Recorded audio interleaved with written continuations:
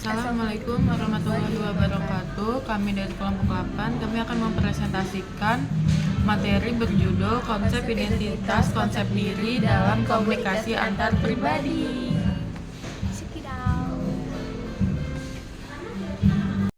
Konsep diri dapat diartikan sebagai pandangan dan sikap individu terhadap dirinya sendiri, terkait dengan visi, karakter individu, dan motivasi diri. Menurut Sunario, terdapat 5 komponen konsep diri, yaitu gambaran diri, ideal diri, harga diri, pesan diri, dan juga identitas diri. Konsep diri memiliki peranan penting dalam menentukan perilaku individu dalam memandang dirinya sendiri. Ada juga manfaatnya, yaitu kita lanjut ke slide selanjutnya. Manfaat dari mengetahui konsep diri, yaitu individu dapat bersikap optimis, percaya diri, senantiasa berpikir dan bersikap serta berperilaku positif. Jadi kita harus percaya kepada diri kita sendiri. Kita nggak boleh berpikiran negatif terhadap diri kita sendiri, karena itu dapat mempengaruhi pola pikir juga. Kita harus menerapkan pemikiran positif, karena apapun yang positif hasilnya akan lebih baik. Oke? Lanjut. Oke, selanjutnya ada ciri konsep diri. Yang pertama ada positif dan yang kedua ada negatif. Yang positifnya itu yakin akan kemampuan dalam mengatasi masalah, merasa setara dengan orang lain, menerima pujian tanpa rasa malu, menyadari bahwa setiap orang mempunyai berbagai perasaan dan keinginan serta perilaku yang tidak seharusnya disetujui oleh masyarakat, mampu memperbaiki karena ia sanggup mengungkapkan aspek-aspek kepribadian yang tidak disenangi dan berusaha untuk mengubahnya. Dan selanjutnya yaitu ada ciri negatifnya. Nah, ciri negatifnya yaitu peka terhadap kritik, responsif sekali terhadap pujian, cenderung bersikap hiperkritis, dan bersikap pesimis dalam kompetisi. Jadi negatifnya itu kebanyakan kayak sikap-sikap kita tuh yang kita anggap tuh kayak percaya diri banget buat diri kita, tapi ternyata itu justru menjadi negatif untuk konsep diri kita yang membuat diri kita dipandang jelek oleh orang lain. Lanjut. Ada pula faktor-faktor yang mempengaruhi konsep diri, yaitu ada 2. Yang pertama, orang lain. Kita mengenal diri kita dengan mengenal orang lain. Terlebih dahulu, seseorang ahli menjelaskan bahwa jika kita diterima oleh orang lain, dihormati dan disenangi karena keadaan diri kita akan cenderung bersikap menghormati dan menerima diri kita. Karena kita merasa kita dihargai orang lain, jadi kita juga harus menghargai diri kita sendiri. Betul. Nah, yang kedua ada kelompok rujukan.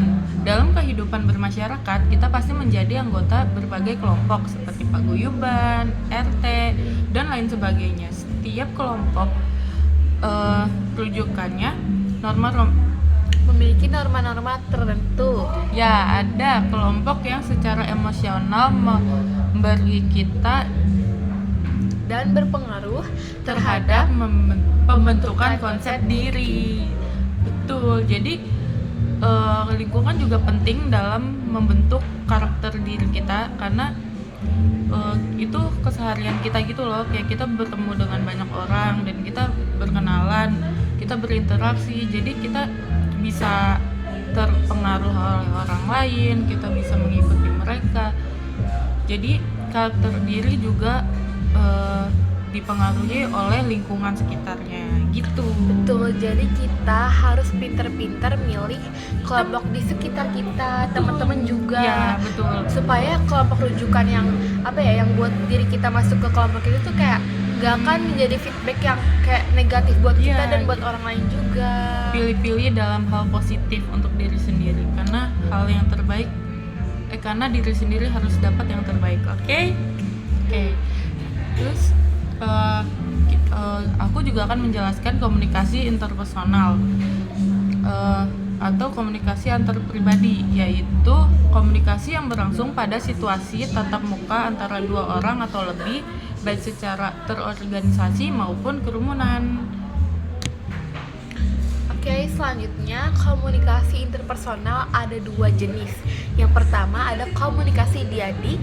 Diadik itu kayak dia itu dua ya, jadi komunikasi yang berlangsung antara dua orang, gak lebih gak kurang. Selanjutnya yang kedua itu ada komunikasi triadik. Nah tadi kalau diadik itu dua, berarti tri itu adalah tiga, yaitu komunikasi yang pelakunya terdiri dari tiga orang dengan satu orang sebagai komunikator dan dua orang lagi sebagai komunikan. Itu guys. Oke, ada pula tujuan komunikasi interpersonal. Tujuan adanya komunikasi interpersonal yaitu untuk melakukan kerjasama antara seseorang dengan orang lain untuk mencapai suatu tujuan tertentu atau untuk melakukan sesuatu yang bermanfaat bagi siapapun yang terlibat di dalamnya. Jadi tujuannya itu untuk bisa juga kayak berbisnis. Kita itu melakukan komunikasi interpersonal karena adanya purpose gitu loh, adanya tujuan tertentu untuk mencapai sesuatu, suatu kesepakatan gitu. Oke. Jadi selanjutnya ada aspek penting komunikasi interpersonal, yaitu self image, self esteem dan juga self concept. Yang pertama itu self image atau gambaran diri adalah pandangan pribadi yang dimiliki tentang diri sendiri.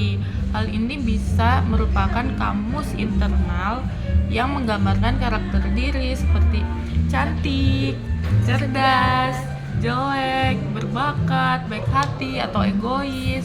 Nah, ada pula self esteem. Ini digunakan untuk menggambarkan perasaan seseorang yang subjektif seseorang secara keseluruhan tentang diri, tentang arti diri sendiri atau nilai pribadi.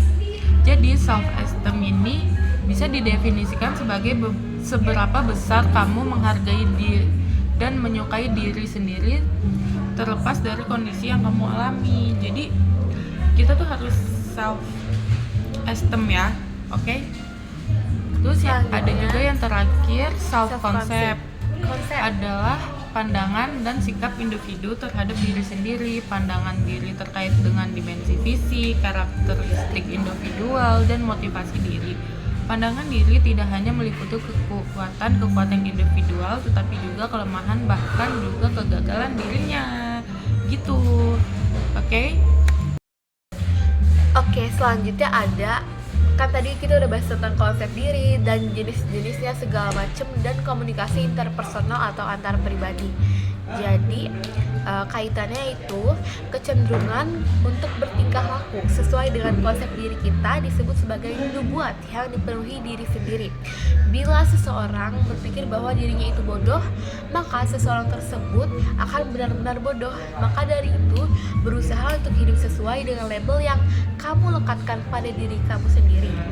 Sukses komunikasi interpersonal banyak bergantung pada kualitas konsep diri Anda, positif atau negatif. Nah, jadi guys, di sini tuh benar-benar kayak konsep diri itu dan komunikasi antar pribadi itu saling berkaitan ya. Dan yang paling penting itu, setiap komunikasi yang terjadi, entah jenisnya apapun itu mindset kita sangat berperan penting di dalamnya. Jadi apa yang mindset kita terapkan itu, maka akan terjadi. Jadi apa yang terjadi di dalam mindset kita itu tidak boleh jelek, karena direalisasikannya pun akan lebih dari jelek, bisa jadi seperti itu.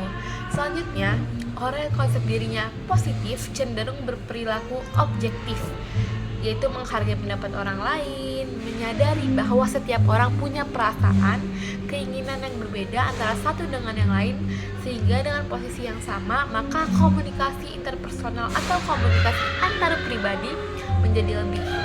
Terus sebaliknya nih guys, apabila konsep dirinya negatif, terus akan terjadi miscommunication karena kemungkinan informasi yang diterima dan dipersepsi salah, sehingga dapat berdampak negatif pada komunikasi antar pribadi. Seperti yang tadi udah aku bilang ya, kalau mindset itu sangat berpengaruh untuk pandangan kita ke depannya maupun pandangan orang lain ke diri kita sendiri. Oke, jadi sekian itu yang udah kami jelaskan adalah materi tentang konsep diri. Di sini udah pada ngerti kan apa itu konsep diri Betul. dan apa hubungannya dengan komunikasi antar Antar pribadi. Sekian dari kelompok 8. Assalamualaikum warahmatullahi wabarakatuh.